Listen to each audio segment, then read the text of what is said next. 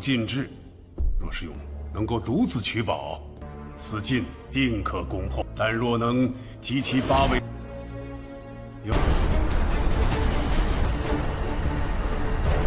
此处数万年前也已成不毛之地了。没那么简单。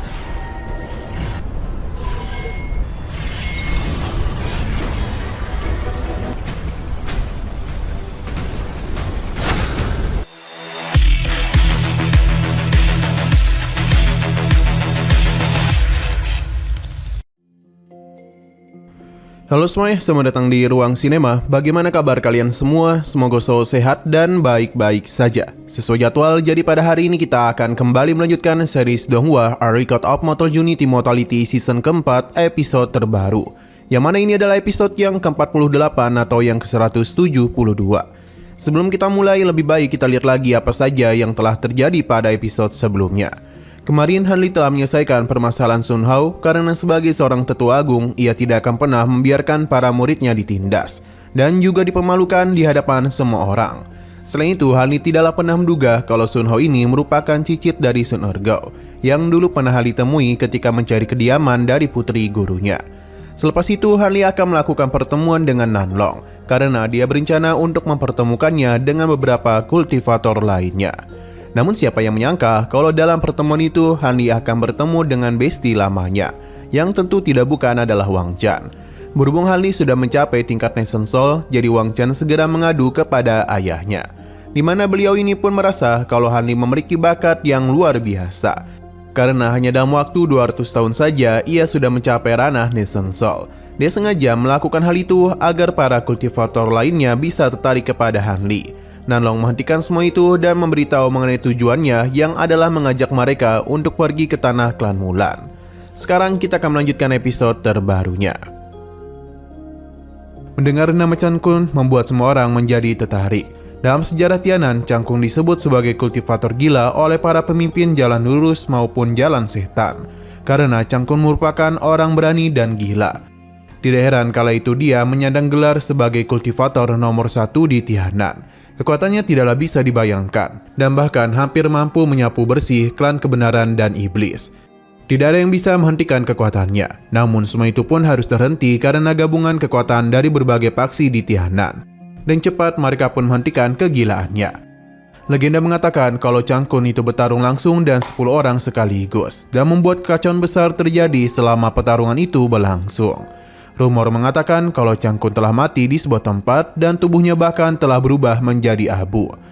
Nanong yakin rumor itu sudah mereka ketahui, tapi bagaimana jika ada cerita lainnya dan memiliki kisah akhir yang berbeda juga, di mana ini membuat semua orang penasaran apa yang telah mereka temukan. Nanong bercerita kalau itu Chan Kun tengah berada di ambang kematian. Wujud boneka yang sedang Chan Kun kembangkan digunakan untuk bisa menipu para lawannya. Ia melarikan diri tapi dalam kondisi yang begitu lemah. Nanlong bersama Ketua Yun telah menemukan lukisan Chan Kun, yang mana dari informasi yang dirinya dapatkan, Chan Kun itu telah menghitung hari-harinya dan mengarahkan pandangannya pada lembah iblis jatuh. Berdasarkan apa yang telah mereka temukan, membuat mereka yakin kalau Chan Kun merupakan satu-satunya orang Tianan yang bisa keluar hidup-hidup dari lembah iblis jatuh. Hal ini benar-benar sangat tertarik dengan semua itu. Ia penasaran jika mereka telah berhasil menemukan gua Chan Kun, maka kemungkinan harta karun langka itu berada di lembah iblis jatuh. Sebagai seorang kultivator Nation Soul, ini tentu saja merupakan keberuntungan yang langka. Tapi Han Li bingung mengapa Nanlong dan Tetua Yun tidak menikmati kesempatan besar itu sendirian dan malah mengajak mereka pergi. Atau apakah mereka itu membutuhkan bantuan yang kuat? Ketua Yun membenarkan hal itu. Karena jika bisa, maka hanya mereka berdua saja yang menikmati harta itu. Namun sayang sekali terdapat sebuah area terlarang kuno di luar gua. Mereka membutuhkan kekuatan besar untuk bisa menghancurkan hal itu. Jika terlalu lama, orang-orang Mulan akan mengetahui keberadaannya. Tapi jika mereka saling bekerjasama, maka dalam waktu sehari saja, formasi itu pasti dapat ditembus. Ketua Yun sudah mengatakan segalanya. Mau atau tidaknya mereka tetap akan dia serahkan kepada mereka. 独享这天大的机缘，古禁制，若是能够独自取宝，此禁定可攻破。但若能集齐8位，有人 Jikapun mereka masih ragu, Ketua Yun mengajak mereka untuk bersumpah pada iblis batin. Karena informasi ini tidaklah boleh diberitahukan kepada siapapun.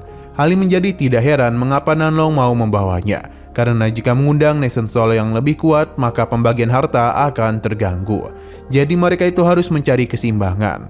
Satu persatu dari para ketua setuju untuk ikut. Kini mereka hanya menunggu keputusan Han Li.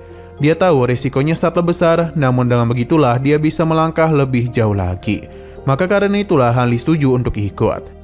Setelah pertemuan itu, Wang Tiangu meminta Wang Chan untuk menceritakan semuanya mengenai perselisihan dia dengan Han Li, sebab dia itu bisa merasakan dengan jelas kebencian Han Li kepadanya. Wang Chan meminta maaf karena kelalaiannya telah membuat Han Li menjadi musuh kuat untuk mereka.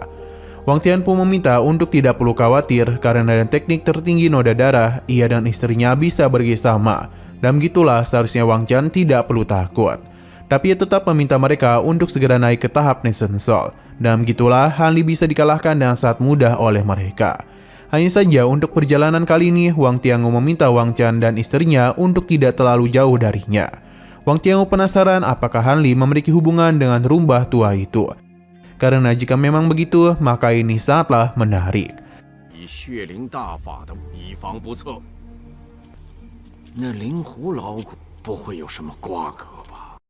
Xiao berpindah kepada Han Li, yang mana Tetua Lu penasaran kemanakah Han Li akan pergi. Pasalnya pameran ini masihlah belum selesai. Tapi Han Li tidaklah bisa memberitahunya dan hanya menjelaskan kalau dia itu memiliki beberapa urusan dulu. Mumu akan dirinya minta untuk menemani Tetua Lu. Tetua Lu paham dan dia akan menjamin keselamatan selir Han Li. Jadi dia meminta Han Li untuk fokus pada urusannya saja. Han Li senang dengan kebaikan Tetua Lu. Ia pun meminta Mumu untuk berkeliling bersama Tetua Lu demi bisa memperluas wawasannya. Selain itu, Liontin Giok pemberiannya ia minta untuk tetap disimpan. Karena jika dalam bahaya, Mumu bisa menggunakannya. Dan begitu Han Li bisa tahu kondisinya.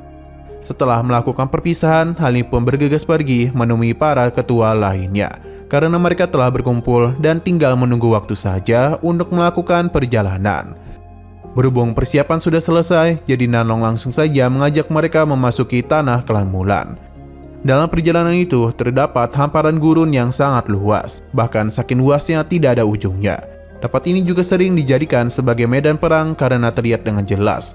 Nanlong yakin kalau ini adalah kali pertamanya Han Li mengunjungi padang rumput Mulan.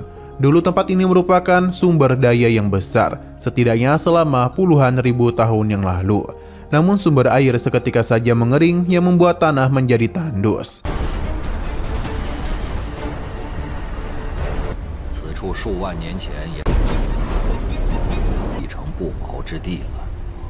Tapi dalam perjalanan itu, Tetua Yun merasakan ada yang aneh di area depan. Mereka pun berhenti untuk sementara. Tetua Yun bersama yang lainnya mulai melihat apa yang ada di depan. Begitu pula dengan Han Li yang bisa melihat 100 mil pada barat laut. Terdapat badai pasir yang begitu banyak. Ini sangatlah kuat dan mampu menyapu bersih tempat-tempat di sekitarnya. Namun Han Li yakin ada yang tidak beres pada badai itu. Benar saja ada semacam aura yang mengerikan. Itu ternyata adalah teknik lonceng angin Mulan, sosok yang dulu pernah dihadapi oleh Nanlong. Dia menggunakan teknik pengangkat roh bernama debu merah 10.000 kaki. Ini sangatlah sulit untuk bisa mengatasinya. Sepertinya formasi itu telah memperluas jaraknya sampai ribuan kali lipat. Karena situasi menjadi buruk, Nanlong penasaran apakah mereka akan bertemu dengan garda terdepan dari bangsa Mulan. Sepertinya mereka itu akan kembali memulai perang di selatan. Tidak ada yang menduga kalau klan Mulan begitu berani melancarkan serang langsung selama pameran dagang dilaksanakan. Mereka harus memilih apakah kembali atau tetap melakukan perjalanan. Para tetua teruslah memikirkan kemungkinan yang harus diambil. Sedangkan Wang Tiangu menyarankan untuk bersembunyi dulu, karena bagaimanapun mereka sudah berada di wilayah bangsa Mulan. Takutnya pasukan lain sudah menyebar. Ia juga yakin mereka bisa melewati para penyihir Yuan Ying dari klan Mulan jika bersembunyi dengan aman. Para tetua merasa rencana Wang Tianpu cukup bagus, jadi mereka masing-masing mulai mengeluarkan kertas jimat untuk bisa memberitahu apa yang terjadi di sini kepada orang-orang di kota Tiantian. Setelah semua itu, mereka pun mulai melakukan perjalanan lagi.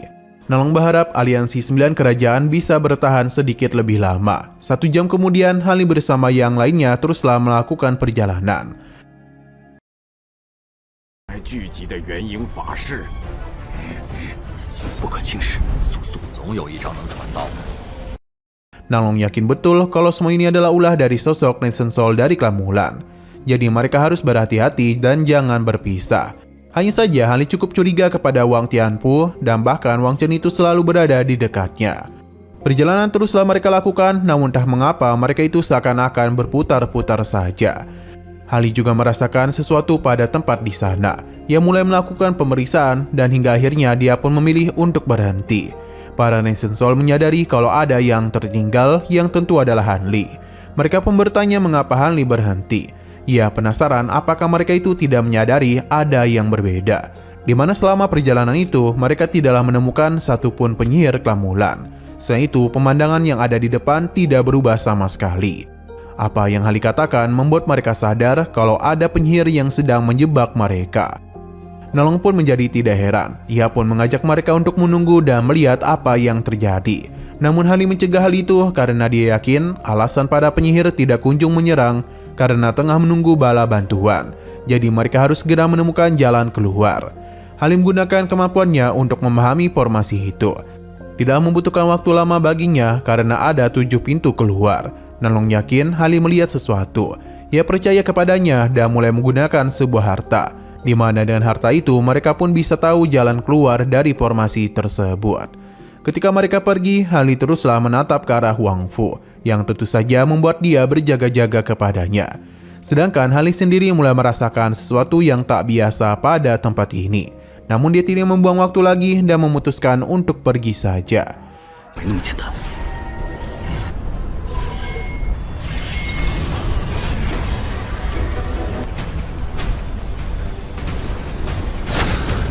Sesaat kemudian, ketiga penyihir klan Mulan muncul. Mereka tidaklah menduga kalau jebakan ini diketahui, padahal hal itu tidaklah mungkin bisa dirasakan oleh kultivator Nation Soul. Mereka merasa tertarik kepada Han Li karena memiliki kekuatan yang tak biasa. Perselisihan pun sempat terjadi di antara ketiga klan Mulan itu, karena bagaimanapun mereka seharusnya langsung saja bertindak. Tapi perlu diingat juga kalau lawan mereka itu memiliki keuntungan jumlah. Kita juga menjadi tahu kalau yang melakukan penyerangan di garda terdepan adalah klan Tianfeng. Berhubung pesan sudah mereka berikan, jadi ketiga orang ini akan menyerahkan segalanya kepada mereka. Sedangkan mereka ini akan pergi dari tempat itu. Kembali lagi kepada Han Li dan yang lainnya, di mana mereka telah berhasil keluar dari formasi sebelumnya. Dan begini tidak ada lagi bahaya yang mengintai mereka, karena sudah melakukan pergerakan yang sangat jauh. Bahkan orang-orang Mulan sebelumnya tidak akan bisa mengejar mereka. Tapi tetap saja Nalong meminta untuk berhati-hati dan tidak meremehkan orang-orang tersebut. Benar saja, Tetua Yuan mulai menyadari kalau ada sekelompok orang yang tengah melakukan pergerakan cepat kemari. Kemungkinan mereka itu hendak menahan mereka sambil menunggu bala bantuan datang. Nalong meminta mereka berpisah dan akan kembali bertemu dalam 3 hari. Masing-masing giok sudah dirinya berikan. Han Li bersama yang lainnya pun mulai melakukan pelarian dengan memisahkan diri. Masing-masing dari mereka telah menggunakan teknik pelarian diri dengan sangat cepat. Sedangkan Han Li itu masihlah belum ingin menggunakan sayap guntur dan petirnya. Kita pun diperlihatkan dengan kapal dari klan Mulan, di mana 2 dari penyihir Mulan mulai melakukan pengejaran kepada Han Li. Di mana kapal ini memiliki kekuatan tak biasa. Han Li tidak takut dan akan meladeninya.